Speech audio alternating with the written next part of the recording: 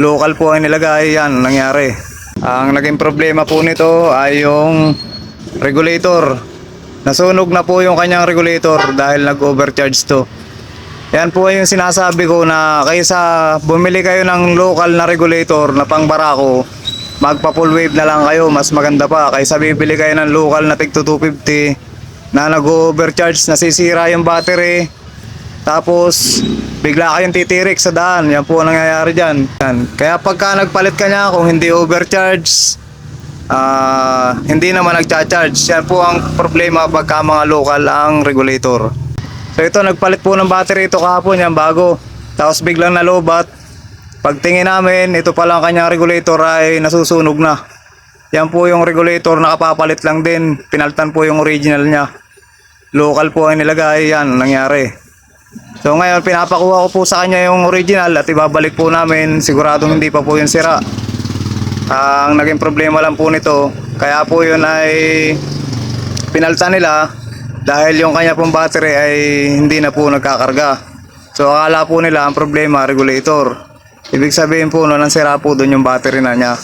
Kaya ngayon nung nagpalit siya ng battery, yung regulator naman niya sunog, kaya nalubat pa rin. So kaya po ang maipapayo ko sa inyo ay dapat po kung magpapalit kayo ng regulator ay original sa barako. Tapos kung ayaw nyo naman na magpalit ng original, magpa full wave na lang kayo, mas maganda pa. Yan po ang may suggest ko sa inyo mga kabarako. At ito po, kung ayaw nyo pong maranasan tong ganito, ganun po ang yun po may papayo ko sa inyo. So subukan natin to, saksak natin. Subukan po natin kung hindi talaga nagcha-charge yung kanyang regulator, kung bakit pinalitan. Ito po yung original. Tingnan po natin ang laman ng battery. Bali 5 volts lang po ang laman nito. Subukan natin buhayin.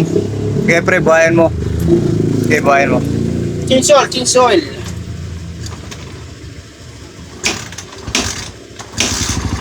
Diesel pre. Oh, lagi.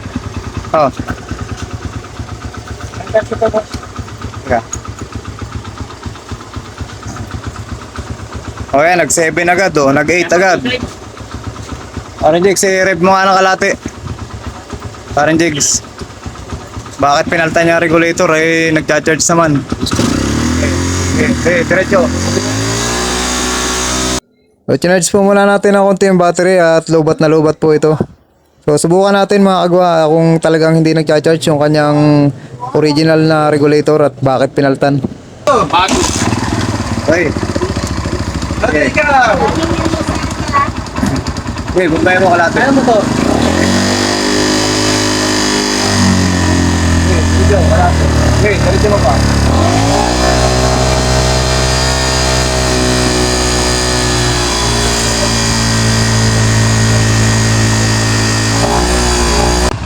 Yung bang hindi nagcha-charge? Nagcha-charge sa, oh, napakaganda.